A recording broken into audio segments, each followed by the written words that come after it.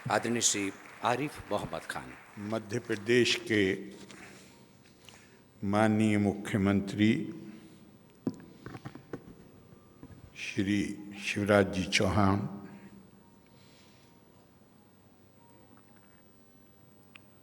स्वामी परमात्मानंद सरस्वती जी, स्वामी प्रणवानंद सरस्वती जी, स्वामी वेदवानंद जी, श्री शिव शेखर शुक्ला, श्री अंबिका दत्त शर्मा और इस सभागार में उपस्थित सभी देवी और सज्जनों, मैं नहीं जानता कि भाई शिवराज जी को कैसे धन्यवाद दूं। जब उनके सचिव उनके ऑफिस से मुझे फ़ोन गया,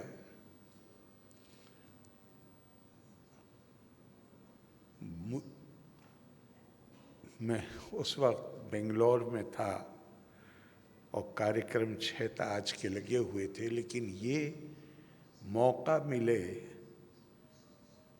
कि मैं जिसका आज संबंध आदि शंकराचार्य की जन्मभूमि से है, मैं जितना मालिक का शुक्र अदा करूं वो कम है कि मुझे उस राज्य का मुखिया होने का सौभाग्य मिला है। जिस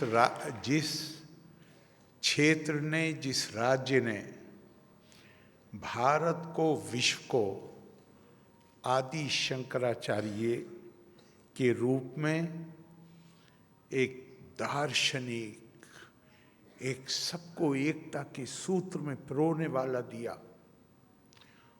और उस जन्मभूमि से संबंध होने के कारण मेरे दिल में कैसी भावना पैदा हुई होगी जब मुझे ये निमंत्रण मिला कि मैं उस कार्यक्रम में भाग लेने जा रहा हूं जो आदि शंकर की दीक्षा भूमि है। शंकर ज्ञान की प्राप्ति के लिए गुरु को तलाश करते हुए यहां पहुंचे, और हम आपका कभी धन्यवाद नहीं आपको दे सकते शिवराज जी। जिस तरह आपने जो कल्पना की है और जो आप प्रोजेक्ट बना रहे हैं ओंकारेश्वर में, जब मुझे आज शाम पांडे जी ने पूरी चीज सुनाई तो पहली चीज जो मेरे दिमाग में आई, ये कोई मध्य प्रदेश तक सीमित नहीं रहेगा आपका प्रोजेक्ट, ये भारत तक भी सीमित नहीं रहेगा,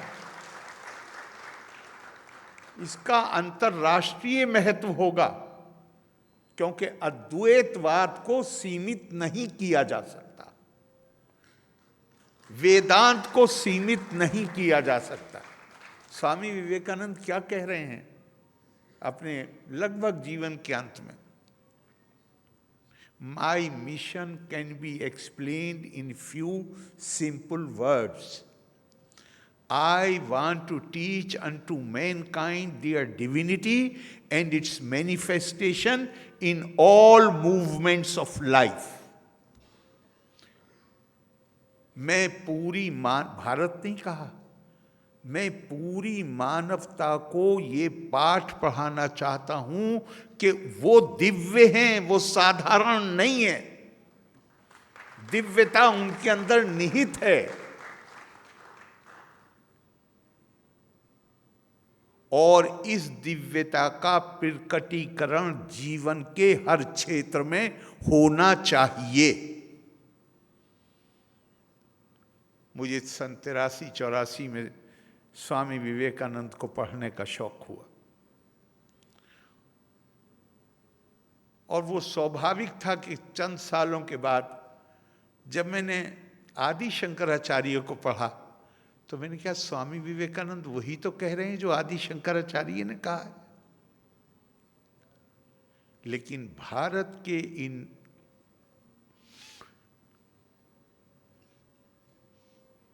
स्वयं आदि शंकराचार्य जी ने कभी ये दावा नहीं किया कि वो कोई बात अपनी तरफ से कह रहे हैं। उन्होंने सनातन के जो बुनियादी सिद्धांत हैं उनको समय गुजरते हुए जिस तरह हमें रोजाना इसकी जरूरत होती है कि हम अपने आप को साफ सुथरा करें,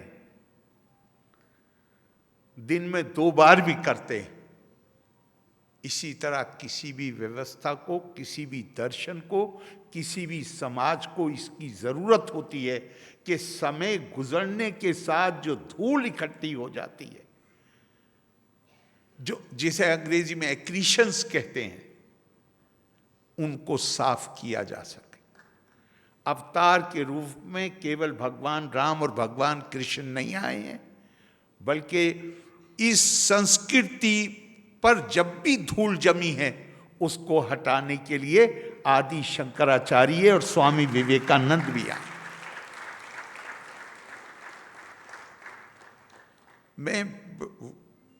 हमारी संस्कृति, आपने नाम दिया है आज एकात्म पर्व। हमें एकता की, हमें नहीं, दुनिया में कहीं भी क्या कोई इंसान अकेले रह सकता है? समाज में रहना होता है। उस समाज को अगर आगे बढ़ना है तो एकता की जरूरत होती। एकता का आधार क्या? मैं आपसे हाथ जोड़ के कहूंगा, बिल्कुल ताली मत बजाइए, अगर बात समझ में आए तो उसकी कोशिश करिएगा। एकता हमारी आवश्यकता है। एकता का आधार क्या हो, हमेशा से जरूरत है। जब से मानवता सभ्यता के रास्ते पर चलना शुरू की है, उसे एकता की जरूरत है। एकता का आधार क्या हो? आप विभिन्न संस्कृतियों को और सभ्यताओं का अध्ययन कीजिए तो पता चलेगा कि उन्होंने अपने जो आरंभ काल है उसमें या तो अपने वंश, लिंग को, रेस को, अपनी त्वचा के कलर के आधार पर कहा हम एक जैसे हैं, इसके कारण हमारे अंदर एकता होनी चाहिए। किसी ने कहा हम एक भाषा बोलते हैं इसलिए हमारी एकता होनी चाहिए। किसी ने कहा हम एक तरीके से अपनी आस्था को अभिव्यक्ति देते हैं, विश्वास एक है इसलिए हमारी एकता होनी चाहिए। भारत में क्या हुआ? आरंभ में आज तो पूरी दुनिया उसी रास्ते पे है, लेकिन मैं सभ्यताएं जो हुई हैं उनके आरंभ काल की बात कर रहा हूं। हमारी सभ्यता, हमारी संस्कृति की शुरुआत ऋग्वेदा कहता है एकम सद विप्रा बहुधा वदन्ति। सच्चाई एक है, सत्य एक है, जो उसकी अनुभूति करते हैं वो उसे अलग अलग तरह से उसका बखान करते हैं। अथर्ववेद कहता है बहुधा विवाचसम नाना धर्मानम। पृथ्वी सूक्त में जहां हम इन्वोक कर रहे हैं मदर अर्थ को, आवाहन कर रहे हैं कि हमें समृद्धि से परिपूर्ण कर दे, वहां हम कहते हैं कि जिस तरह, हे पृथ्वी माँ, जिस तरह आप अलग अलग भाषा बोलने वाले, अलग अलग आस्थाएं रखने वाले, अलग अलग तरीके से उसको अभिव्यक्ति देने वाले, और हिंदुस्तान में ये कोई आश्चर्य की बात नहीं है। एक परिवार में 2 बहनें, एक शनिवार को व्रत रखती है, एक मंगलवार को व्रत रखती। एक परिवार में 2 भाई, एक हनुमान जी के मंदिर में जाता है, दूसरा गणेश जी के मंदिर में जाता है। उसको लेके कोई झगड़ा नहीं होता। ये ऐसा क्यों हुआ है? ऐसा इसलिए हुआ कि, और अभी स्वामी जी कह रहे थे, बल्कि मैं देखा हमारे माननीय मुख्यमंत्री जी का की स्पीच जो वीडियो चला था, संतो भूमि तपसा धारयन्ति। धर्म अगर समाज के टिकाऊ के लिए जरूरी है तो संतों के लिए तो कहा गया है कि ये भूमि के टिकाव के लिए जरूरी। क्यों? ये हमारा मार्गदर्शन करते हैं, और इन्होंने जो हमारा मार्गदर्शन किया वो ये था, इन्होंने कोई सिद्धांत नहीं दिया, इनकी तपस्या के नतीजे में इन्होंने एक नैसर्गिक सिद्धांत को खोजा, और वो ये खोजा कि नेचर का जो कानून है नैसर्गिक, वो विविधता की स्वीकार्यता, विविधता का सम्मान और विविधता को हर तरह से स्वीकार करना।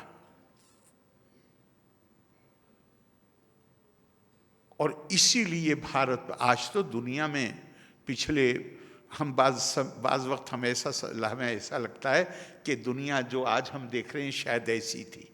नहीं, ये दुनिया में जो डाइवर्सिटी ऑफ प्लूरलिज्म, जिसे हमारी भारतीय संस्कृति में बहुधा कहा गया है, ये भारत में इसका इतिहास 5000 साल या उससे भी पुराना है। लेकिन दुनिया में ने अपनी ज़रूरत के तहत इसको पिछले 100-150 साल के अंदर स्वीकार करना शुरू किया। अब वहाँ पे जिस तरह हमें गर्व है अपनी संस्कृति पर, अपनी संस्कृति के जो सनातन सिद्धांत हैं उन पर गर्व है, यहाँ पर थोड़ी शर्म आती है। शर्म इसलिए आती है कि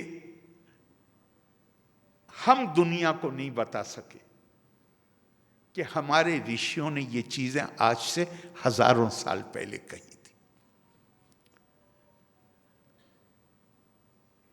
भारत भूमि ये ज्ञान का केंद्र रही है। स्वामी विवेकानंद तो कहते हैं कि मानव जीवन का उद्देश्य ही ज्ञान की प्राप्ति है। लेकिन हमारे यहाँ हमने अपने ही लोगों को ज्ञान से वंचित कर दिया, उस गलती का एहसास हुआ। आज हम उससे बहुत आगे बढ़ चुके हैं। लेकिन वो ज्ञान क्या है? वो ज्ञान है कि जहां, अगर मैं स्वामी विवेकानंद के शब्द प्रयोग करूं तो उन्होंने अंग्रेजी में कहा है, मैं उसका फिर अनुवाद करता हूं। उन्होंने कहा कि knowledge is to find unity amidst diversity. बहुधा के बीच में एकता को ढूंढ लेना, यही ज्ञान है। और ये ज्ञान हम जितना पढ़ते हैं तो मुझे बाज़ वक्त में महसूस करता हूं कि दुनिया में अकेली संस्कृति है जिसने मानवता का दिव्यकरण किया और देवों का मानवीयकरण किया। मनुर्भव जनिया दैवीयम जन्म। जितने अच्छे इंसान पैदा करोगे उसके नतीजे में दिव्यता पैदा होगी। और ये हम भूल चुके थे इसको। जगत गुरु आदि शंकराचार्य ने, हम आमतौर से बात करते हैं कि उन्होंने मठ तो उन्होंने ज़्यादा बनाए हैं, चूँकि मैं अभी नहीं, 4 प्रमुख हैं, लेकिन अभी त्रिशूर में ही अकेले 3 मठ हैं जो उन्हीं के आशीर्वाद से बने थे, लेकिन 4 प्रमुख। और हम कहते हैं कि देश के चारों हिस्सों में उन्होंने कायम करके और एकता कायम कर दी। उससे भी ज़्यादा महत्वपूर्ण बात है, उन्होंने चारों वेदों से एक एक महावाक्य लेके उन चारों मठों को दिया। चारों अलग वेदों से वो 4 महावाक्य आते हैं, लेकिन सबका उद्देश्य एक, अहम ब्रह्मास्मि तत्त्वमसि, प्रज्ञानम ब्रह्मा, अयम आत्मा ब्रह्मा। हर किसी में एक ही संदेश देने की कोशिश की है कि तुम अपने आप को साधारण मत समझो। तुम्हारे अंदर जो क्षमता है, जो पोटेंशियल है, वो दिव्यता का है। और उस दिव्यता का प्रकटीकरण करने में अगर तुम कामयाब हो जाते हो तो तुम तो असीमित हो जाते हो। फिर मुझे अभी ये हमारी बच्ची गायत्री और राहुल, मैं समझता हूँ बहुत सारे लोग ऐसे होंगे, मैं भी उनमें से हूँ, जिनको जो हर उन्होंने लाइनें पढ़ी वो पूरी तरह समझ में नहीं आई। लेकिन आपने महसूस किया होगा कि वो लाइन समझ में नहीं आई, लेकिन पूरे शरीर में एक सिहरन सी पैदा हो जाती है। वो क्या चीज है? इतनी कम उम्री में मध्य प्रदेश पहुंचते हैं और जिस गुरु को ढूंढते हुए आ रहे हैं वो गुरु ही मिल जाते हैं, और वो कहीं पूछ लेते हैं तुम कौन हो, तो जो निर्वाण शतकम, मतलब समझ में आए या ना आए, इसे कि समझ में तो इतना आसान नहीं होता है, उसे तो बार बार पढ़िए, बार बार पढ़िए तो उसके अंदर तो अर्थ के अंदर अर्थ नजर आता है। लेकिन उसमें जो एक शक्ति है, मनोबुद्ध अहंकार चित्तानीना, जो चिदानंद रूपा शिवोहम शिवोहम छयों के छयों में आता है वो आखिर। तो वो बुनियादी तौर पे एक संदेश है ये बताने के लिए कि तुम्हारे अंदर असीमित संभावनाएं हैं, अपने आप को कम करके मत देखो। और मुझे वो बड़ा रोचक प्रसंग लगता है कि जहां बनारस में सुबह को स्नान करके आ रहे थे आदि शंकराचार्य। जो लोग बनारस गए उन्होंने देखा होगा कि बनारस में गलियां थोड़ी संकरी हैं, अब तो बेहतर हो रही हैं। उन्होंने इस स्नान के बाद आ रहे थे तो सामने एक वहाँ पर एक कम्युनिटी होती है जो अंतिम क्रियाक्रम करते हैं, उनको चंडाल कहते हैं। वो एक चंडाल अपने 5 कुत्तों के साथ खड़े हुए थे। तो हमारी बहुत सी बातें हम करते हैं फैसला करके नहीं, आदत की जो हमारे संस्कार हैं, हमारी आदतें हैं, उसके प्रभाव में। मानिए आप सड़क पे जा रहे हैं, गाड़ी चलाते हुए एकदम से कोई सामने आ जाए तो आप फैसला करके ब्रेक नहीं लगाते हैं, इंस्टिंक्टिवली ब्रेक लगाते हैं गाड़ी में। तो इसी तरह आदि शंकराचार्य ने कह दिया उनसे चंडाल से कि ये सोच के कि शायद ये सोचा होगा कि मैं नहा के आ रहा हूँ, गली बहुत पतली है, कहीं छू ना जाऊँ, और कह दिया कि गच्छामी यहाँ से अपने आप को हटाओ, थोड़ा अलग को हो जाओ। वो भी बनारस का चंडाल था, उसने पलट के कहा शरीर हटाऊं कि आत्मा हटाऊं?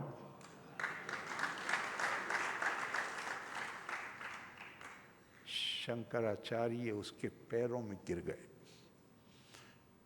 और मनीष पंचकम नाम की रचना क्या खूबसूरत है, बल्कि जो उसमें मुझे सबसे प्यारा 4 लाइनें लगती हैं वो आपने अपने उस पर भी छापी हैं। ब्रह्मे वाहा मिदम सर्वम जगत सकलम चिन्मात्र विस्तारितम सर्वम चैतद विद्याया तिर्गुणाया शेषा मया कल्पितम इत्थम यस्ये दृढ़ा मति सुक्तरे नित्या परे निर्मले चंडालोस्तु द्विजोस्तु गुरु रितेशा मनीषा मम।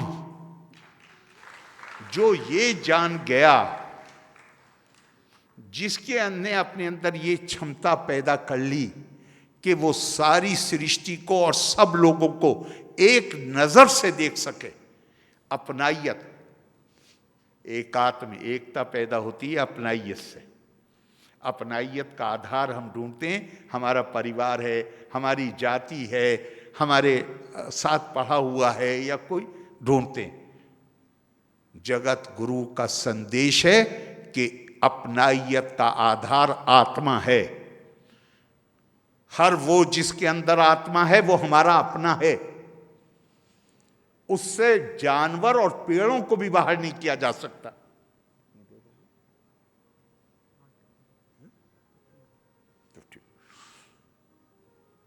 किसी को भी बाहर नहीं किया जा सकता। बल्कि मैं देख रहा था कि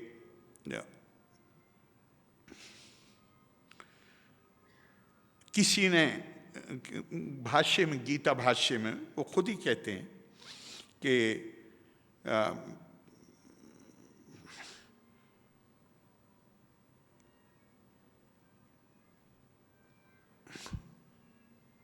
मोक्ष का अधिकारी कौन है?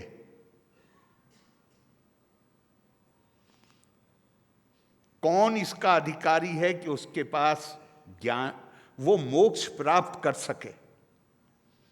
क्या जवाब दिया है जगत गुरु ने? उन्होंने कहा, पुरुष मात्रा संबंधी भी जिसके अंदर ह्यूमन एलिमेंट है, जो मानव है, मानवता को स्वीकार करता है, आत्मा को स्वीकार करता है, उसका यह अधिकार है कि वो ज्ञान प्राप्त कर सके और मोक्ष प्राप्त कर सके। ऐसे शंकर को हम कहेंगे कि वो जो समाज में भेदभाव हैं, क्या कभी वो उसके पक्ष में बोल सकते थे? कह रहे हैं हर व्यक्ति, हर इंसान, हर मानव इसका अधिकारी है। और अभी स्वामी जी बता रहे थे, कैसा खूबसूरत 4 लाइनें हैं, गौर करिए। त्वयि मयि चान्ने तिरेको विष्णु, व्यर्थम कुप्पसी मय्यस हिषु, भव समचि सर्वत्र त्वम, वांछस्य चिराद्य आदि विष्णुत्वम। मैं और आप या कोई भी, हम सब एक्चुएट होते हैं। हम अपने आप, जो कुछ भी हम कर्म करते हैं, जो सोचते हैं, जो भी हमारी गतिविधियां हैं, ये हमारी सब एक्चुएट होते हैं त्वयि मयि चान्ने त्रैको विष्णु।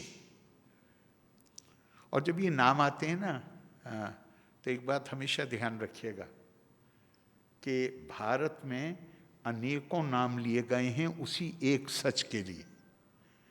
इसका मतलब ये नहीं है कि वस्तु, नाम का भेद है, वस्तु भेद नहीं है।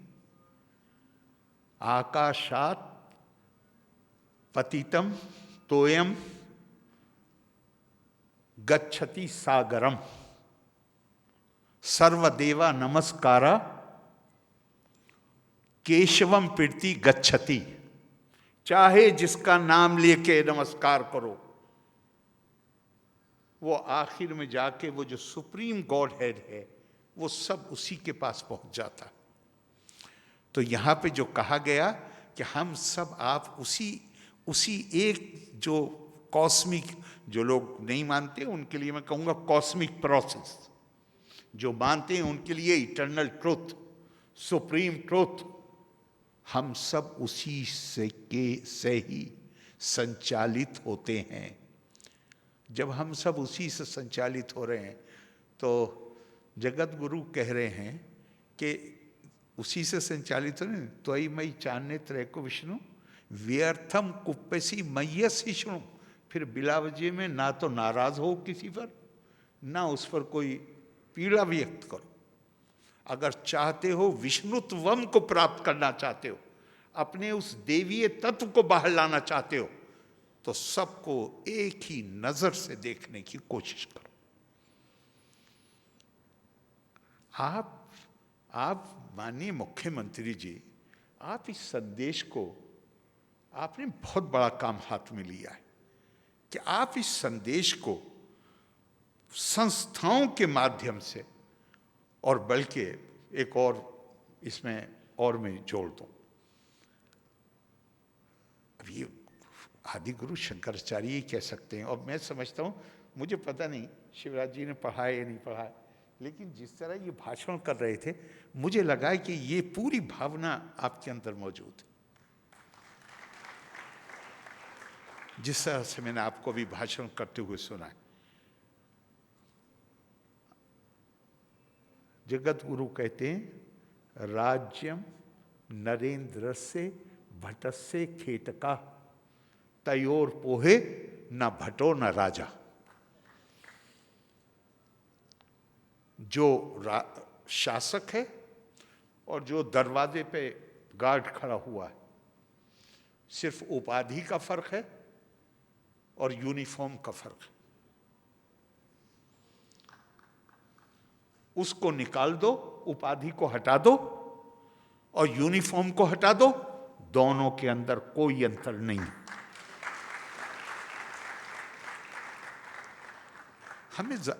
हमें जरूरत है या नहीं है कि हम इस शिक्षा को जानें?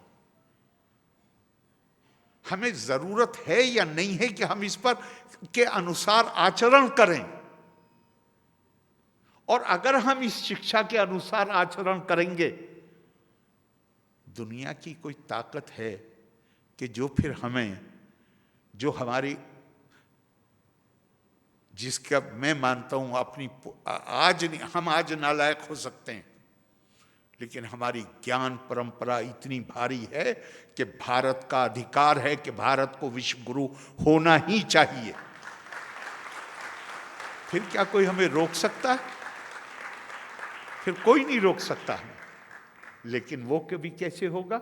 वो भी ऐसे होगा कि हमारे ऋषियों ने कल्पना, उनकी कल्पना क्या थी? विश्व गुरु का क्या मतलब है? आप 10वीं 11वीं सदी के, अभी यूरोप में रिनेसा नहीं शुरू हुआ, आप जो अरब इतिहासकार हैं उन्हें पढ़िए। मैं जितने 5-6 नाम अभी गिना सकता हूं आपको, वो सब के सब ये कहते हैं पहले अध्याय में अपने, कि दुनिया में 5 बड़ी सभ्यताएं हैं। रोम अपनी सुंदरता के लिए, ईरान अपने वैभव के लिए, चीन अपनी कौशल के लिए, तुर्क अपनी बहादुरी के लिए जाने जाते हैं, और भारत ज्ञान और विज्ञान की परंपरा के लिए जाना जाता है। और ये ज्ञान विज्ञान की परंपरा, ज्ञान विज्ञान सहितम, ये भी गलतफहमी किसी को नहीं होनी चाहिए कि हमारे ऋषि मुनियों ने सिर्फ जाके यही गौर किया कि इयम विसृष्टि यता भूव यदि व दधे यदि व, हम कहाँ से आए हैं, कहाँ जाना है, केवल ये नहीं।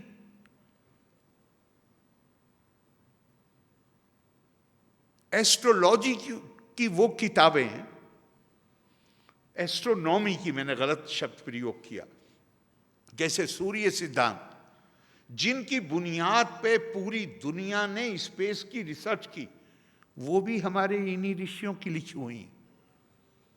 तो उन्होंने क्या कल्पना थी उनकी? उनकी कल्पना थी, विश्व गुरु की जो कल्पना है, उनकी कल्पना थी, एतद् देशा परशु तस्या सकाशाद अग्रज अन्मना स्वम स्वम चरित्रम शिक्षेरण पृथ्वीयम सर्वम आनव। भारत की जो उन्होंने कल्पना, भारत क्या होगा?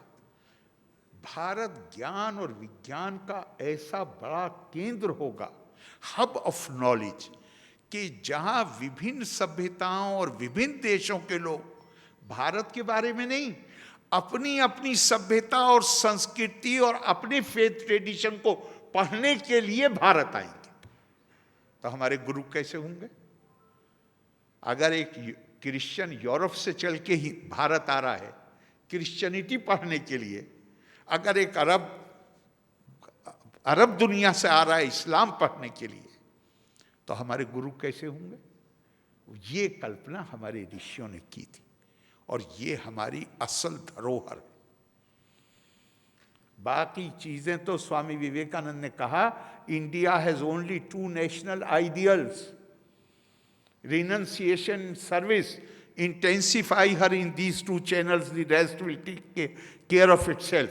लेकिन अगर हम उनसे पहले के अपने ऋषियों को पढ़ें, तो वहां पता चलता है कि वो ये कहते हैं कि भारत का जो जीनियस है, जो विशेषता है, वो है ज्ञान और विज्ञान।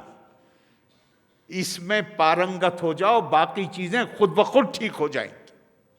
और आपने इस मामले में बहुत ही सकारात्मक पहल दी है। मैं एक बार फिर आपको उसके लिए तो बधाई देता हूं, और आपने मुझे यहां बुलाया और इसमें शामिल किया, उसके लिए आपको दिल से कृतज्ञता व्यक्त करता हूं।